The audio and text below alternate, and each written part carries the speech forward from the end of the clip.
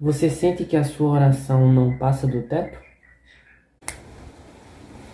É só ir pra fora. Fica no mundo da lua quando tá orando? É só voltar pra terra. Tá com sono? Vamos lá. Esse é o nosso segundo episódio da série Oração Transformadora. E hoje a gente vai aprender 4 lições do Pai Nosso, que é a oração que Jesus ensinou pra gente. Antes de começar o vídeo, deixa o like e se inscreve aqui para você ficar ligado, tá bom? Então, vamos lá. Na sua Bíblia, em Mateus capítulo 6, versículo 9 ao 13, diz assim: Portanto, vós orareis assim: Pai nosso que estás nos céus, santificado seja o teu nome, venha o teu reino, faça-se a tua vontade, assim na terra como no céu. O pão nosso de cada dia dá-nos hoje e perdoa-nos as nossas dívidas, assim como nós temos perdoado aos nossos devedores. E não nos deixes cair em tentação, mas livra-nos do mal, pois teu é o reino, o poder e a glória para sempre. Amém. Então, primeira lição que a gente pode ver no versículo 9, Deus, ele é nosso Pai. Mas, porém, entretanto, todavia, ele também é santo e ele também é nosso Criador. Então, Deus, ele é o nosso Pai, ele é o nosso melhor amigo, no sentido do que a gente tem que falar com ele com sinceridade, como nós, filhos, falamos para com nossos pais. Nosso Pai, que no caso é Deus. Só que também tem um ponto do respeito e da reverência que a gente deve ter para com Deus, assim como a gente tem para com os nossos pais. E isso é algo muito importante, porque algo que mudou muito a minha oração nesses últimos dias foi, por exemplo, começar a orar mais de joelhos. Aí você diz, não tem nada a ver um negócio desse, orar de joelhos, orar em pé, orar sentado, é tudo a mesma coisa. Não. Quando você ora de joelhos, eu percebi que só dá pra você saber melhor fazendo. Porque quando você ora de joelhos, você sente que você tá ali se entregando totalmente para Deus e você tá se rendendo a Ele, se rendendo a tudo que Ele é. A Ele como Criador, a Ele como nosso melhor amigo, como nosso Pai. E isso muda totalmente a relação que a gente tem para com Deus.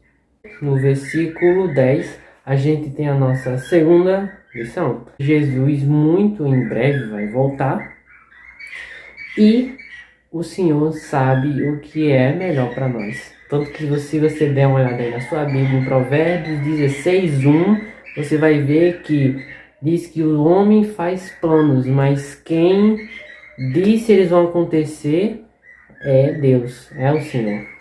Então a gente tem que fazer a vontade de Deus e não aquilo que a gente quer. Mesmo que a gente ache que é o certo, ou a gente ache que é o melhor para nós, a gente tem que fazer aquilo que está de acordo com Deus, com a palavra dele e com aquilo que ele nos fala e que ele nos mostra, principalmente através da Bíblia e também através até de pessoas ou de situações que acontecem no seu dia.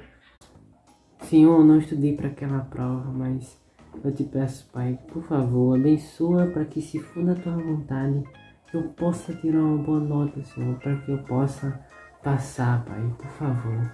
Agora também, né, meu filho, você não pode ser que nem esse cara que não estudou nada e ainda quer que seja a vontade de Deus que ele passe. Por favor. A gente pede para que seja feita de acordo com a vontade de Deus, só que a gente também tem que fazer a nossa parte e se movimentar, agir. Por quê? Se a gente não fizer nada, mesmo que a vontade de Deus seja que a gente tenha coisas boas, que a gente passe numa prova, que a gente consiga aquilo que Deus tem ali planejado para você, mesmo que a vontade dele seja essa, se você não faz nada, não vai acontecer nunca.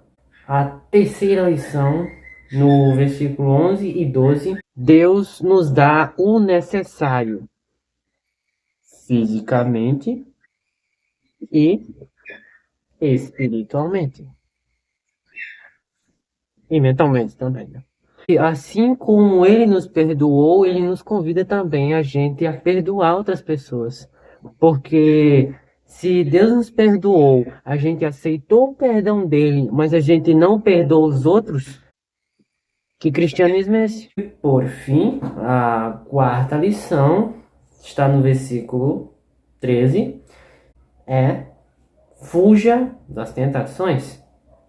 Deixe Deus cuidar delas. E tudo o que temos pertence ao Senhor somente. Vou te dar um exemplo de algo que acontece muito comigo.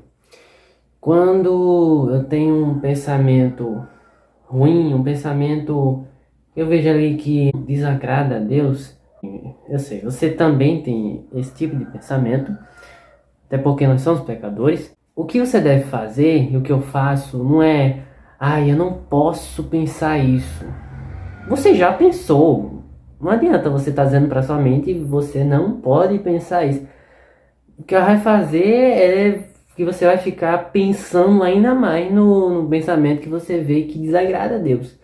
Então, o que você tem que fazer é tirar o foco daquele pensamento para um pensamento bom. Se aparecer um pensamento ruim, então você vai o quê? Vai para outro pensamento, que é um versículo da Bíblia, um louvor, enfim, coisas desse tipo. Porque se você for inventar e pensar, não posso pensar isso, por que que eu estou pensando isso? Só vai piorar a situação. Então, fuja das tentações e deixe Deus cuidar delas. Não enfrente elas. Você não deve enfrentar tentações. Você deve fugir delas. O que a gente enfrenta como cristãos é provações. É totalmente diferente. E tudo pertence a Deus. Então, se você tem algo bom, se você faz algo bom, lembre-se, isso é dom de Deus. Tudo de bom que você faz é Deus, amigo. Não é você. E isso é muito importante. Porque se a gente não se lembrar disso, a gente começa a ficar orgulhoso, achando que nós somos mais que as pessoas, nós somos melhores e de que não precisamos de mais nada. Só que não é essa a realidade. Porque se você conhece cada vez mais Jesus verdadeiramente, você percebe que você precisa cada vez mais dele. E não que você precisa cada vez menos dele. Resumindo tudo, a primeira lição foi: Deus é nosso Pai e melhor amigo. Então seja sincero com Ele.